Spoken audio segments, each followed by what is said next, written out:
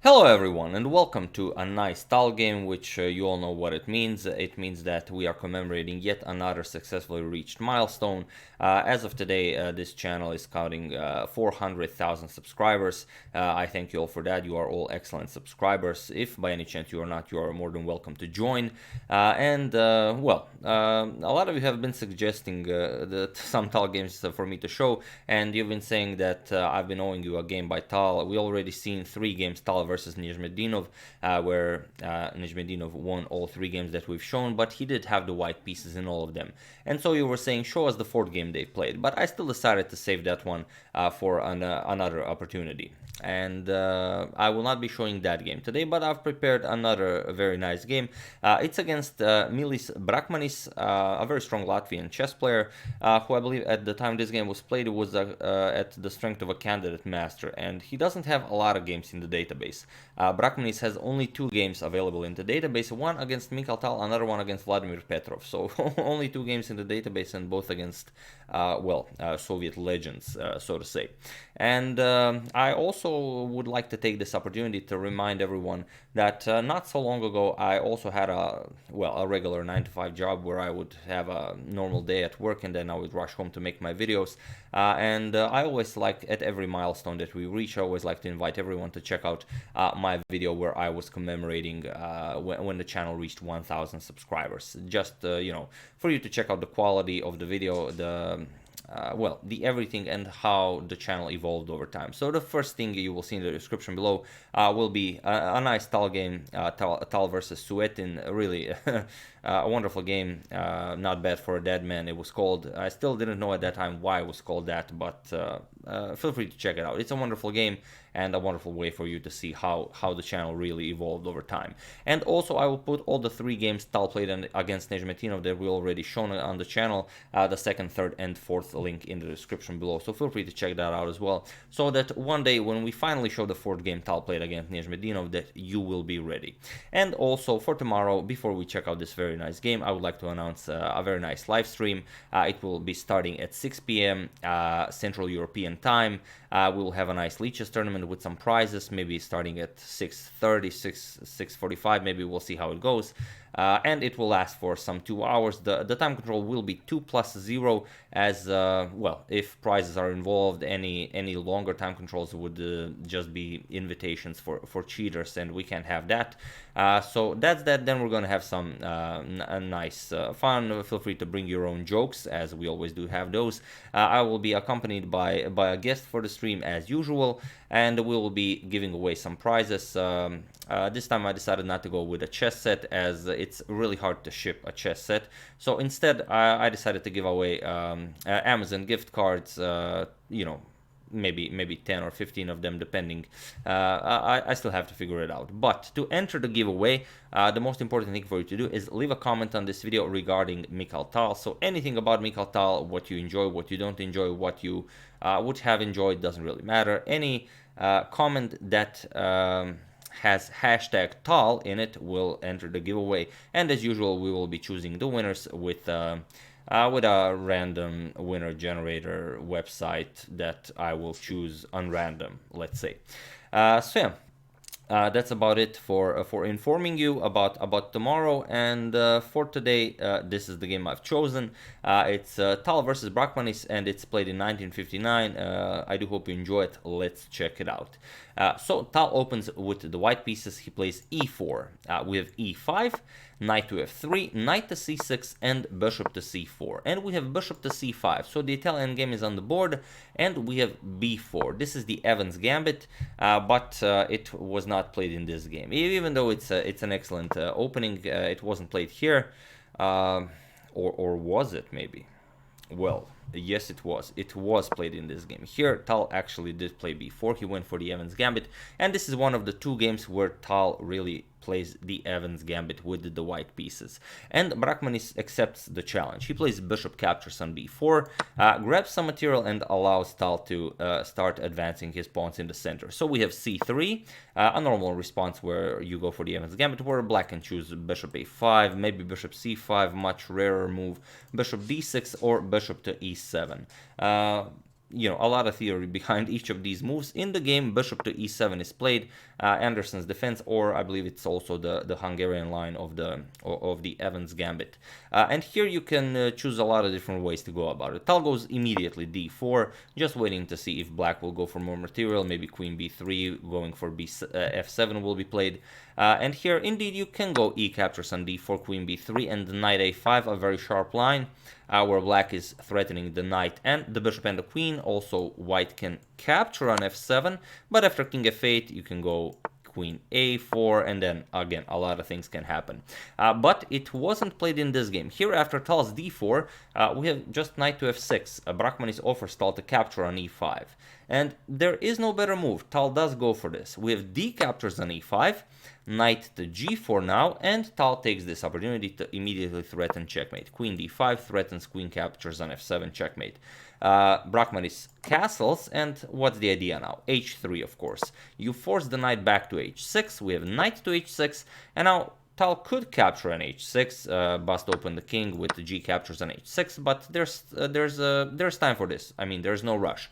The knight isn't really going anywhere, and Tal can just use this opportunity to get his king to safety, to develop pieces, and to figure out where to go from there. So here Tal castles, with maybe ideas like knight d4, f4, f5, depending on what black plays. Black goes for d6. It's a very nice principled move. You do want to keep on developing your pieces. You want to attack white center. The bishop now has a pathway to be developed. And e captures on d6 by Tal. We have c captures on d6. Queen captures on d6 is also an option to immediately offer a queen trade, but Brakmanis is playing like a champ against Tal. He's not interested in trading queens. And Tal goes queen to h5. Now with the threat of bishop captures on h6, pawn captures, and followed by queen captures on h6. And you really have to figure out how to do this. You still can't move your knight, so you could go for an extremely sharp line with bishop to e6, or what happened in the game, queen to a5. Now we have queens staring at each other. Will Tal trade queens? Tal isn't interested. Tal goes bishop to d5. Again, keeping the bishop captures on h6 as an option in the game. So first, bishop to e6. And now you don't have time to capture on h6. If you capture on h6 now, do you see what Brakmanis had in mind? Well, even feel free to pause the video here to figure out how he planned to go about this. I'll give you a couple of seconds. For those of you who were able to do it, congratulations, you are an excellent queen trapper. And for those of you who just want to enjoy the show, here Brakmanis had g6 planned, and here Tal's queen is trapped, nowhere to go. The bishops are slicing nicely all the way here. All of these squares are covered, and while you could go for a queen sacrifice with yet bishop captures on f8, the problem is after g captures on f5, on h5, bishop captures on c6, removing the defender of the e7 bishop. Black will first capture on f8, rook captures here, and then okay, bishop captures b7, but then just let's say bishop f6, and you don't really have great compensation for the queen. You have a piece and the rook, which is nice, but it's not enough. So after bishop to e6, Tal of course doesn't capture. Tal goes rook to d1, just improving the defense of the bishop here. Now if bishop captures, rook can capture. The queen trade is still off the board. Rook f to e8 by Brakmanis, and now bishop to f4. Tal simply continues developing, and rook 8 to d8. Both of the black's rooks are now in the game. Knight b to d2. You still have to figure out how to develop here. The knight is defending the pawn on c3, but this is no time to be keeping an eye on your pawns. So here Tal goes knight b to d2, gives up the c3 pawn, and his opponent captures it. You have to see also that if you want to alleviate the pressure here by maybe grabbing a few pieces of the board with bishop captures on d5, white can just go pawn captures, and then after knight here, just knight captures, d captures, and bishop captures on e6. And now there's really no danger from g6, as black no longer has a light square bishop, so you will not be able to trap the queen. You will have to capture here, and then just c4, and white has an excellent position. So after knight bd2, we have queen captures on c3 by black. Now with the idea of going back with queen to f6. grabbing a pawn and just helping out with the defense of the king. And now Tal takes this opportunity and goes g4. So g5 is the idea, where the knight would be trapped, and black has to figure out how to go about this. Black quickly rushes back with the queen. We have queen to f6. Now, again, with the idea that if g5 is played, queen captures on f4 is possible. But it's a line that you have to consider. For example, if g5, queen captures on f4, g captures on h6, doesn't work because, again, g6 traps Tal's queen on h5. So, not an option. And you can see how bravely Brakmanis is playing against Tal, accepting the Evans Gambit, then declining the queen trade, and then still playing like really, really, really impressive. Tal goes back, bishop to e3, and now bishop captures on d5. We have e captures on d5, and only now knight to e5, threatening to capture the knight on f3, as both the knight and the queen are attacking it. So here Tal has to trade. We have knight captures on e5, queen captures on e5, and here Tal has to trade queens. Queen captures on e5, d captures on e5, and now only bishop captures on h6. Only now does Tal give up the bishop for the knight to mess up the pawn structure in front of the black king. G captures on h6, and now knight to e4. And here's the problem that black faces. You don't really have a good way of stopping the passed pawn. d6 is coming. You can't block with the bishop. Knight f6 check picks up the rook. So what can you do? Here, Brakmanis played king to g7. Now, okay, you have prevented the knight from entering the f6 square, but here Tal just goes d6, advancing the d pawn, attacking the bishop, and you have to go back. Bishop to f8 is played, and now Tal goes rook a to c1, with hopes of reaching the c7 square. And if this is possible, then it should be very good for Tal. Now, if you play something like rook to c8, trying to prevent it this way, then of course d7 wins the game straight away. And if you don't, if you play something that was played in the game, rook to d7, now Tal just improves the position of the king. We have king to g2, rook e to d8 now with a triple attack against the d6 pawn, and Tal has no ways of bringing yet a third defender towards the d6 pawn. But it's also not a problem because white has an even better move. So feel free to pause the video and try to find the idea Tal played here. It's the only move that really gives the white further advantage. So I'll give you a couple of seconds while you ponder on the position.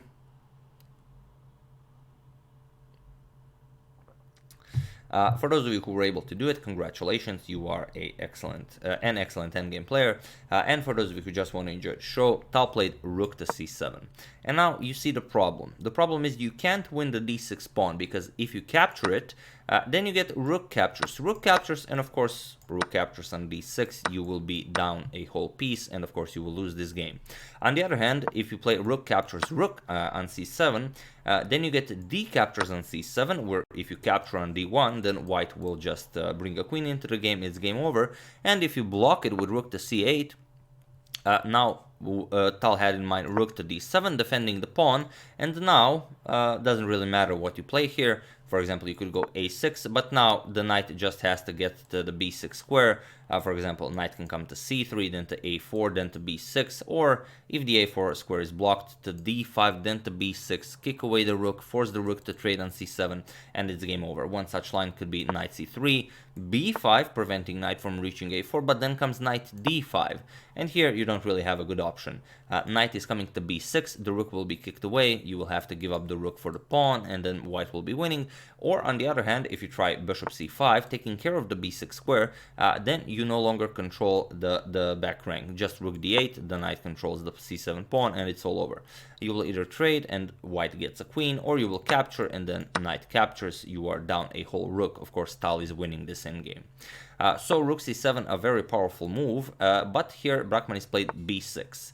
Improving the position of his pawns. Rook captures on a7 is impossible because rook will just capture it. So here Tal has to figure it out. Here Tal just plays rook to d3, and here black has to figure out what to do. If you play something like f6, just, try to keep everything together, then Tal will go rook a3, go after the a7 pawn this way. If a5 is played, then he's gonna go back rook b3, go after the b6 pawn. Slowly but surely, Tal's rook will gobble up all of the queenside pawns, so black can't really afford to waste time. Here, black tried a different idea. Now that the rook is on d3, black indeed tried rook captures on c7. We have d captures on c7, rook to c8, a similar idea like in the previous line, but after rook to d7, here bishop to b4 is played. So again, feel free to pause the video and try to figure out how Tal went about this position. Again, I'll give you a couple of seconds as it is a very nice game. For those of you who were able to do it, congratulations! You are an excellent player. You are finding move by move that Mikhail Tal played. Here, Tal played a3. He just wants to kick away that bishop, get the c3 square available for his knight, and you don't really have a good way of preventing this. You could go bishop a5, but doesn't really help you. Yes, you still control c3, but then white can just go to d6, kick away the rook this way. So instead, after a3, black decided, okay, I have to capture the pawn. He played bishop captures on a3, and now finally Tal has the c3 square for his knight. But black planned all of this out. As you've already seen, Brakmanis is a very strong player. He decided to give up the rook for two connected passed pawns. He played a5 here. And okay, we have knight to b5, attacking the bishop, preparing knight to d6, or knight to a7, doesn't really matter. The rook will be, won by white. Bishop to b2, and now comes knight to d6. And here, black no longer has any options. He has to capture on c7. Rook captures on c7 is played. Rook captures on c7, and now a4. Here, Brakmanis is, of course, hoping for a3, a2, and a1. But Tal has everything planned out. We have knight to f5 check, not bothering with rook captures on f7. This would be way too slow. Just knight to f5 check. Here, black went king to g7, king to g6, and here Tal went rook to c6 check. We have now f6 blocking the check from the rook, and again, feel free to pause the video here, and for the third time in this video, try to figure out what Tal played here and why this is such a nice game. I'll give you a couple of seconds once again. For those of you who were able to do it, congratulations, you have yet again found a very nice idea Tal played. And for those of you who just want to enjoy the show, if you found rook captures on b6, congratulations, you are winning this game, but it's not the nicest way to go about this position. If you found rook to c7, then really congratulations, this is what Tal played, and now black really doesn't have any options. If black just continues pushing happily his passed pawn, then Tal replies with rook to g7, and this is checkmate. Of course, the rook covers g5, the pawn covers all of these squares, and the king has nowhere to go. So, of course, black tried to avoid this. Brakmanis played king to g5, but it doesn't matter. Of course, now he does have an escape route, king to f4 or king to h4, but Tal played king to g3, and now the king has no longer any squares left to try and escape to. Whatever black plays, any move, there really isn't a way even for black to prolong this game. Any move black makes, let's say a3, Tal will just go rook to g7, and it's game over. It's checkmate. And what a wonderful checkmate it is. So really a wonderful game where Tal played the Evans Gambit. Like I said, it's one of the two games in Tal's entire career that Tal used the Evans Gambit. Probably not. I mean, he surely used it in blitz games, maybe in bullet games, and of the record games. But in official games, two games are available in the database where Tal used the Evans Gambit. So it's a really impressive game.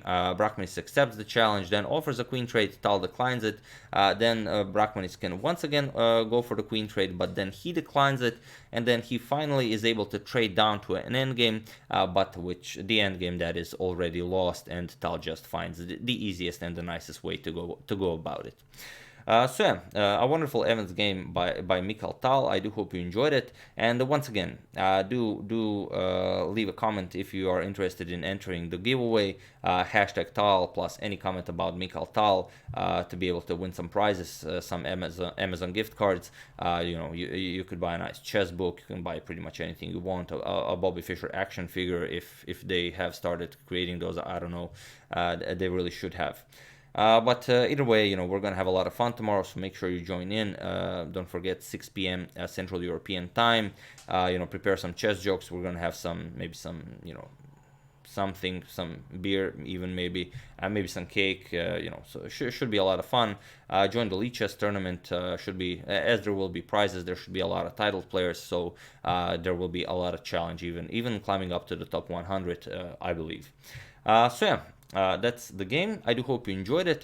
Do check out my video where I commemorate my channel reaching 1000 subscribers. It will be the first link in the description below, and then 3 games, Tal versus Nejmetino, the 3 links that follow. So you will be ready when I finally present the 4th game Tal ever played against Rashid Nejmetdinov. But yeah, I would like to thank Federico Samiter, Ludovic Loran, CC Biz Pro, Stephen Green, and George Taylor for your contribution to my channel. Thank you a lot, I really appreciate it. As usual, you can check 2 of my previous videos here. Thank you all for watching, and I will see you soon. We'll see with some, perhaps continuing the Capablanca saga, or checking up on some of your suggestions, and of course with tomorrow's stream. Thank you all, I will see you soon. Have an excellent rest of your day.